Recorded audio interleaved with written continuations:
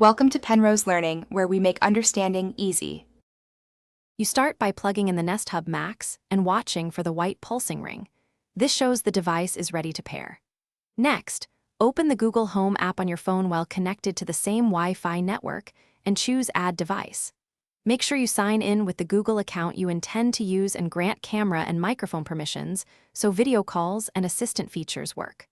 Once paired, follow on screen prompts to name the device and assign a room for organization. Once done with basic pairing, you configure the features that matter. You should set up voice match so the Nest Hub Max recognizes you and gives personalized calendar and commute info. This improves accuracy for shared homes. Then enable face match so video calls and ambient info show relevant content.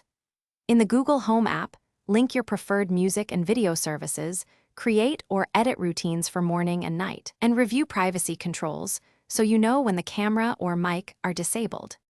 You now use the Nest Hub Max for calls, smart home control, and ambient information.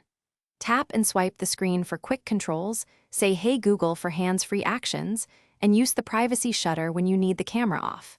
Keep the device updated and reboot occasionally to resolve sluggish behavior. If something goes wrong, first reboot the hub and your router. Make sure your phone and hub are on the same Wi-Fi. Only perform a factory reset if pairing repeatedly fails or you're handing the device off. Thanks for watching. If this was helpful, leave a like and consider subscribing. See you next time.